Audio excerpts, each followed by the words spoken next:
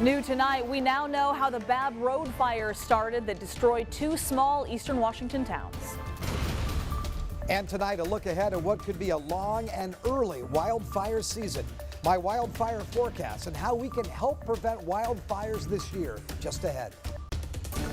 So it's just an exciting next step for business recovery all across the state.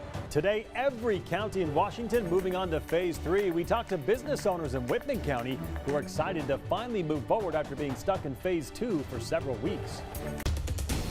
And the Post Falls School District is giving it another try for a school levy in tonight's special election in Idaho after it failed just a few months ago. And we are tracking some breaking news at this hour. The Washington Department of Natural Resources released its report on the Babb Fire that decimated Malden and Pine City last September. It found that a tree branch hitting a power line sparked that devastating fire.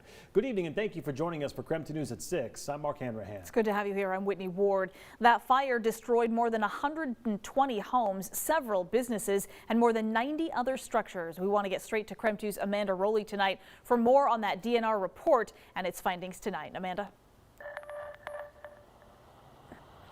Well, Mark and Whitney, that Department of Natural Resources report on the Babb Fire says investigators found no signs of lightning activity the day of the fire, campfires in the area, or even smoking or similar devices. It says all causes of the fire could be eliminated except for power lines. Now, as you mentioned, DNR investigators determined high winds knocked a ponderosa tree branch onto an Avista power line, which sparked that fire. Now, the report says that specific tree showed several signs of stress from before and after the fire, along with some insect infestation. Now, a DNR forest pathologist explained that tree clearly had a history of decay.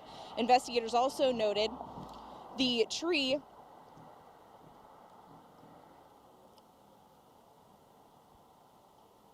We talked to a Malden resident from Malden who lost their home in the fire. Take a listen to what they had to say about the report. I mean, I guess I'm glad to know that it wasn't a person behind it, because like the first thing we heard was it was like a farmer in his field started the fire, and that was really upsetting to think, just like a poor decision to be going about your job on like such a windy day with such bad weather conditions that could like lead to so much like destruction and suffering. So something like a tree branch almost, I don't know, seems more like, you know, who can you really blame for that?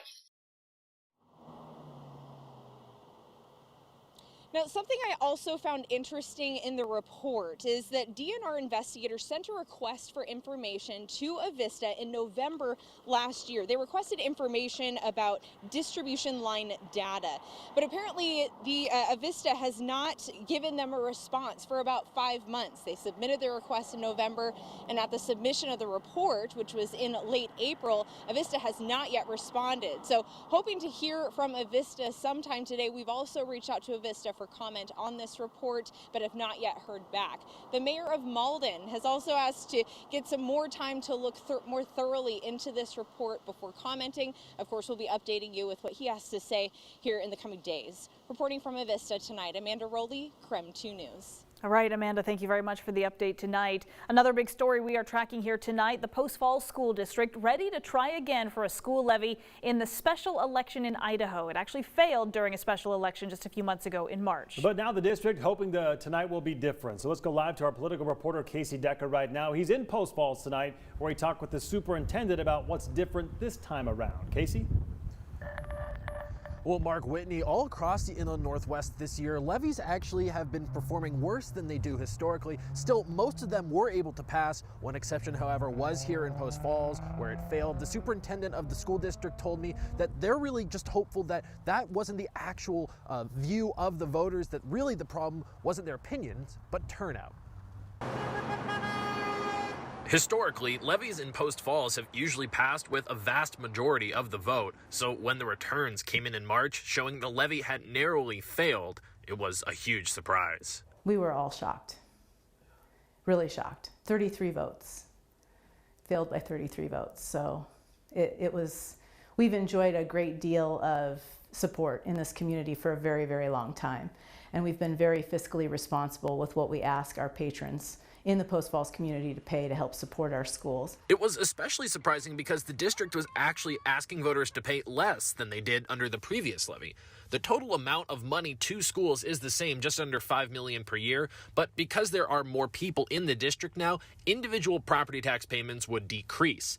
The money helps pay for everything from school nurses to after-school programs, making up 7.5% of the budget. And if it fails again, it'll mean cuts. Certainly we've had kind of preliminary discussions about what we would cut or what we would have to do without, or what programs we would need to eliminate. So given all that, why did the levy fail? I think people got complacent. I think that our community thought, you know, it's always passed, it doesn't matter if I vote, and so some people just didn't get out and vote. And so now they realize that it is important, and hopefully everybody's headed to the polls today. Superintendent Dina Nacarado admits the district itself got complacent too and didn't advocate hard enough. This time they're changing tact. This go around, we've really revamped our website, gotten ourselves out there, really educated our staff and our parents about what the levy supports. Certainly some voters will bristle at the idea of being asked to weigh in again on the same issue only a couple months later. But Nacarado thinks the real issue was a lot of voters never weighed in at all the first time. I don't believe that we heard from our constituents in March. There were roughly 3,000 votes cast in this town, and there's quite a few more people than 3,000 in this town, and about 17% of our parents voted in the last election, and I think more of them realize how important it is. So I don't believe that that was a representative sample about the way Post Falls feels about the Post Falls School District. So polling places tonight, like this one here at Prairie View Elementary School, open until 8 p.m. We've seen a lot of activity here. It's been a pretty busy afternoon, so that might be a good sign for the school district. We'll have results probably a little after 8 p.m. tonight, but those will just be initial returns. If it's anything like that last election and that close, we may not get final results for a little while longer. Reporting live in Post Falls tonight, Casey Decker, KREM 2 News. All right, Casey, thank you very much. Well, today, every county in Washington is officially moving into Phase 3, which includes counties that were in Phase 2, like Ferry, Whitman, Pierce, and Cowlitz. This comes 5 days after Governor Jay Inslee announced that Washington would be following the CDC's relaxed mask guidance. Counties that were already in Phase 3, like Spokane County, will stay in Phase 3. As of May 15th, more than 6.3 million doses of the COVID-19 vaccine have been administered across the state of Washington. 58% of people 16 and up in the state have started the process of getting vaccinated, and 37% of that same group now fully vaccinated. Remember, Washington is slated to fully reopen on June 30th or sooner if we meet the threshold of 70% of the population at least starting the vaccination process. Meantime, here in Spokane County, more than 347,000 doses of the vaccine have been administered. 39% of Spokane County population 16 and up are fully vaccinated now. Again, all of this data is as of May 15th. And in the race to get Washingtonians vaccinated, the Spokane Indians, along with the Department of Health, are hosting a vaccine clinic today. It also comes as the masking policy has been updated for fans who are going to go to Avista. Yeah, our Morgan Trout live at Avista Stadium tonight to tell us more about that. Morgan, what are the changes? Mark, Whitney, the Spokane Indians are adopting CDC and the Washington Department of Health guidelines when it comes to mask wearing. Fully vaccinated fans will be able to not wear a mask anymore at the games.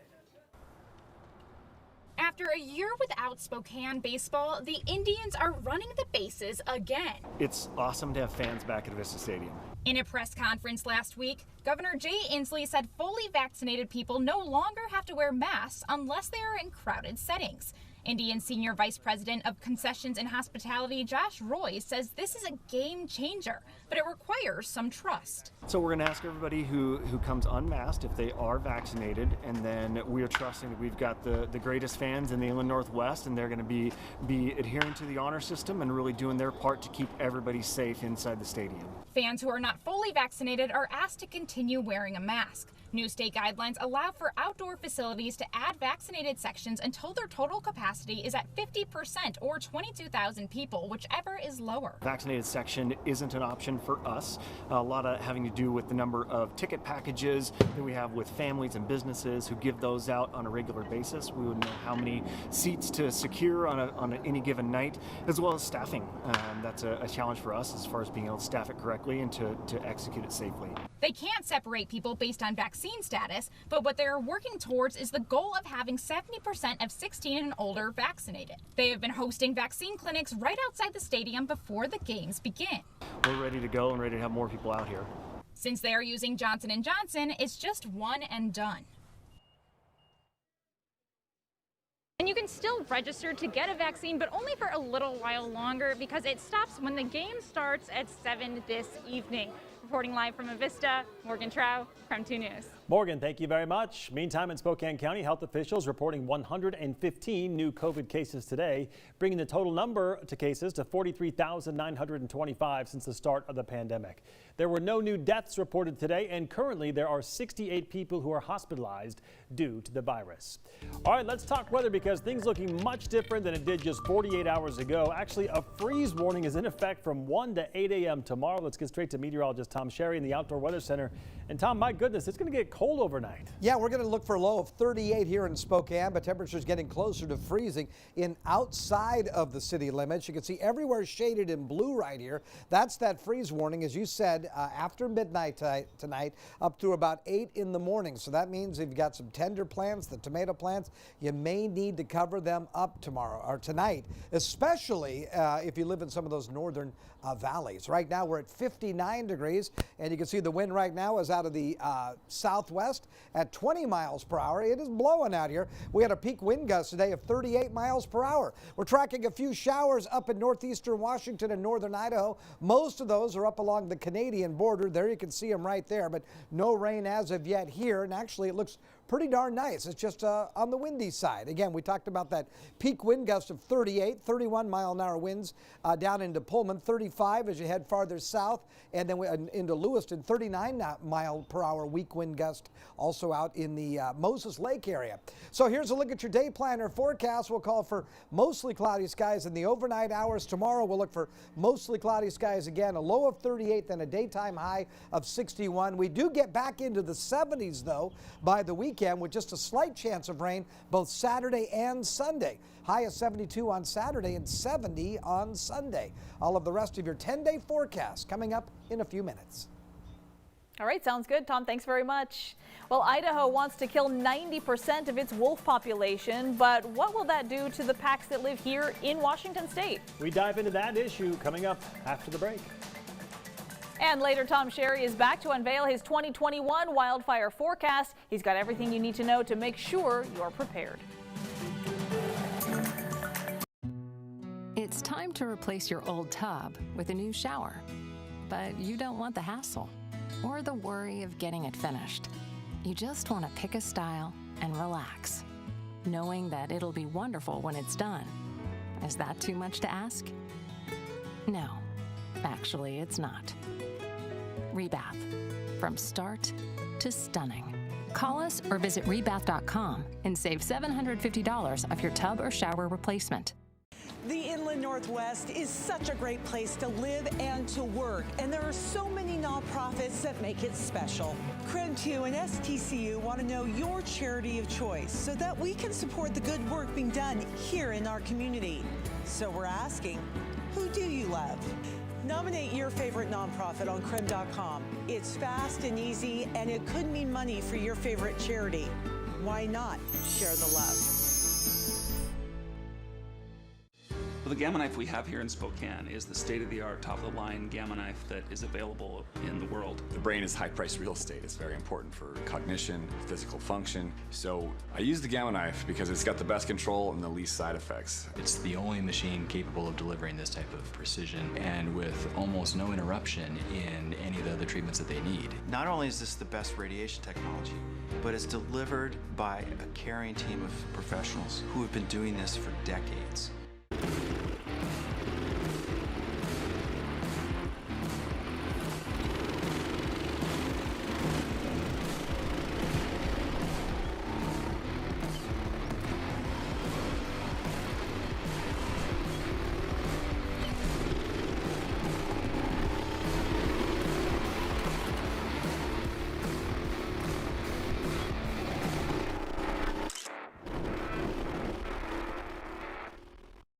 every Idahoan age 12 and older can get a free COVID-19 vaccine. And now you can get a vaccine anytime. Getting the vaccine is easy and convenient.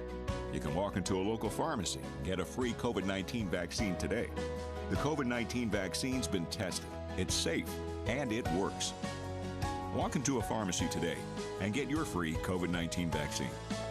Find a location near you at covidvaccine.idaho.gov.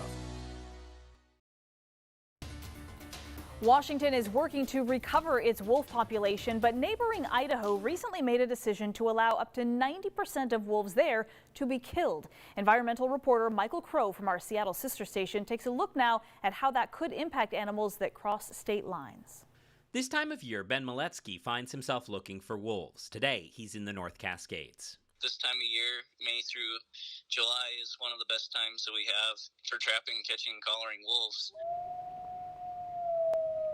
He's the statewide wolf specialist responsible for monitoring the packs in Washington. It keeps him busy. Washington's wolves are recovering with 12 straight years of growth, and at the end of last year, they counted at least 132, and the Colville tribe recorded 46. But to the east, Idaho recently enacted a law allowing 90% of its 1,500 wolves to be killed. Interesting, since some Washington packs range that far. Did you think it would have the potential for significant impact on wolves here? We manage wolves in Washington under our own jurisdiction, and so, you know, the protections that they have in Washington right now as wolves are recolonizing, it's probably not going to have a significant impact on the wolves that are already here in the state.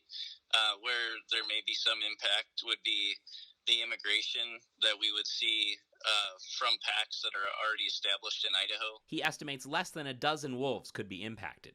Wolves get a bad rap in some circles for preying on livestock. WDFW will kill wolves that do this repeatedly, but is still working to recover the apex predators, which were nearly wiped out in the early 1900s. The Idaho decision comes after the Trump administration removed federal endangered species protections for wolves last October. Just last week, 115 scientists called for those protections to be restored in a letter to the Department of Interior. In the meantime, wolves are still protected in Washington under state law. They're a native species, and they were here before most of the European settlement kind of established in Washington, and they're coming back and recolonizing after 100 years. That was Michael Crow reporting. Meantime, 2020 was a record fire season in the Pacific Northwest with more than 812,000 acres burned in Washington alone. So coming up tonight, Tom Sherry has your 2021 wildfire forecast. That's coming up next after the break.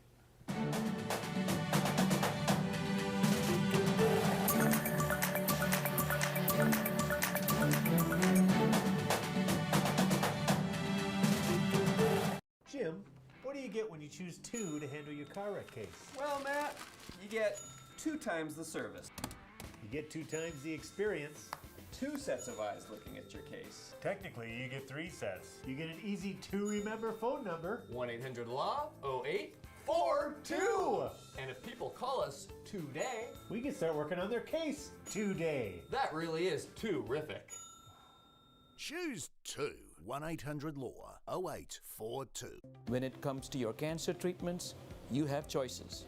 It's important to explore your options. A second opinion will help you to make a more informed decision about your treatment. Contact Summit Cancer Centers today. One of our cancer specialists will speak to you directly, offering you same-day second opinions and options available for your type of cancer. And second opinions are covered by most insurance companies. Cancer, it's worth a second look. Summit Cancer Centers. Integrated, innovative, inspired. My name is Dr. Lorna Gober. I lead a team of doctors here at Peace Health St. Joe's, and I got into medicine to help ease people's suffering. When I first heard about COVID, I felt scared. It was the first time as a doctor that I thought my work could cause harm to those I loved. Before my dad and I were vaccinated, I knew to keep him safe meant that we couldn't see each other as much. When I got vaccinated, it removed that fear that I was going to bring this disease to the ones I loved. The data is clear, the vaccines are effective, and if we act now, we can get in front of this.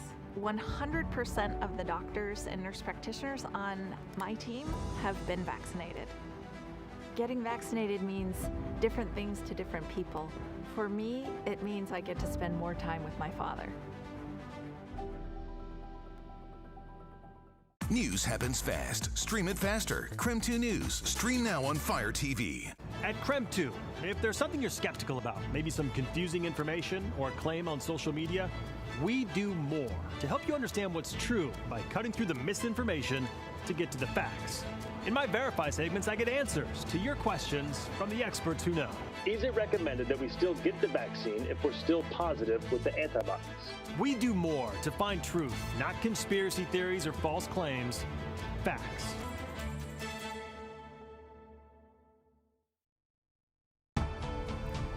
We know that fire season is right around the corner. In fact, it could be starting sooner than other years because of this dry, warm spring that we've already experienced. So Chief Meteorologist Tom Sherry put together his 2021 wildfire forecast to let us know what to expect. Last year was a terrible fire season here in the inland Northwest, with more than 812,000 acres burned in Washington state alone. And this year could be as bad, if not worse. Our unseasonably dry and warm spring has us headed into an earlier and longer fire season. Here in Spokane, our rainfall totals this year are alarmingly low, with Spokane receiving so far 3 inches less rain than average. The lack of spring rains and warm weather is stacking the deck for large and destructive fires that may start earlier in the summer. Typically, here in the inland Northwest, the smoke from wildfires impact us from late August through September. And to no one's surprise, the West is either in a drought or a severe drought, setting the stage for a potentially devastating wildfire year. Significant fire potential is expected to increase to above average in June across central Oregon and into southeast Washington and continue through August. Southwest Oregon is forecast to have above normal significant fire potential by August. And in California, state officials are bracing for what could be a record year of horrific fire destruction. We all know that wildfires destroy homes and habitat and cost us billions of dollars in damages each year. But now there is growing evidence that the wildfire smoke can impact our health in a negative way. Wildfire smoke causes coughing, throat, and lung irritation, which can make us more susceptible to respiratory infections. And there are studies that show that long-time exposure to wildfire smoke has been linked to a higher cancer risk. So what needs to happen to reduce wildfires? Well, as far as Mother Nature goes, we need less lightning. And if we get thunderstorms, then hope for lots of rain with the lightning to help put out the fire before it can spread. State officials also need to put more emphasis on putting out the wildfire rather than waiting for fall rains to do that. We've got to restore the health of these forests so they have a fighting chance. And last, we've got to bring resources to the communities that are on the front lines of these fires. Malden was a tragedy, and frankly, it's a tragedy that didn't need to happen if we had had the investments over the long term in the firefighting resources and in helping those homes be more resilient to fire. And we need to do our part. Use only approved campfire rings and make sure the campfire is out before leaving. Don't burn debris during fire season and avoid parking hot vehicles on dry grasses. Be vigilant and careful when you're out this summer. If Mother Nature cooperates and we are careful, we may not have to see another devastating fire season. Man, fingers crossed, right? Boy. It doesn't look good right now, but my goodness. The conditions, I know, Tom, you've been talking about it now for pretty much several weeks, how much we need this spring rain, and so far it's just coming in too small of doses. Boy, that is the truth, and we've already missed out on some of the biggest spring rains, which occurred during March and April. So we'll just keep our fingers crossed that we don't get those thunderstorms, and if we do get a fire going, that the state officials are able to jump all over it and get it out before we get inundated with all that smoke. Yeah, and quickly, I mean, we hear the statistic every year about the number of the fires that are caused by humans, and it's a pretty big figure, right? Overwhelmingly. So if we could just cut down on those, that's a great start at least. That would be a fabulous start, so let's do that. Let's not be that guy. Right, no kidding. All right, weather-wise, we are talking about a little rain on the way, as a matter of fact. Could see some showers developing across the area tomorrow. As you look at that shot of Lake Coeur d'Alene, seeing some white caps out there as we've had some pretty strong winds at times today. We talked about earlier in the broadcast, we had wind gusts up to 38 miles per hour. Temperatures are also much, much cooler than we saw over the weekend and the early part of this week. We're at 59 degrees now in Spokane, 57 in Coeur d'Alene. Moses Lake checks in at 67 degrees. Omak, you're at 60. These are average wind speeds now around the region, and some of the strongest winds are in Spokane, and this is factoring in those higher wind gusts that I talked about. Right now, the average wind speed is 20 miles per hour out at the airport, 12 up in Sandpoint, and 17-mile-an-hour winds down in Pullman. And the wind gusts with the computer modeling says that the winds are going to be around 30 miles an hour through the evening and into the early overnight hours, but as we get into tomorrow, should be much more calm. And obviously the wind is a problem when you talk about fires, but it's also just a problem when you talk about the fact that we've got so much pollen in the air right now. So I think the pollen and the dust that's in the air is affecting people with some respiratory sensitivities as well. We've got pretty good rain showers occurring up into areas of British Columbia and Alberta. A few showers over on the west side of the state, and we have some isolated showers in northeastern Washington and northern Idaho, but none happening here in the Spokane area. So let's go with the future tracker. Tomorrow's a little bit more promising as far as some showers developing. This is at 6:30 in the morning. You can see the rain down into the Palouse and even some snow falling early in the morning up in the Blue Mountains. We'll look for a chance of showers at 11:30, so late in the morning into northern Idaho, possibly Coeur d'Alene, out in the Spokane Valley, maybe out in Airway Heights area. A continued chance of maybe passing showers. This is not soaking rain, but at least it's something, and that will continue at 2:30 in the afternoon. And then it looks like northern Idaho and northeastern Washington could continue with a chance of some on-again, off-again showers around this time tomorrow night. Temperature-wise, mid-60s in Grand Coulee, 64 in Omak. We talked about that freeze warning in effect. You can see a low of 35 in Omak, 30 the expected low in Deer Park. Sorry about that, folks, that have put in all those tender plants. You're probably going to have to cover them up tonight.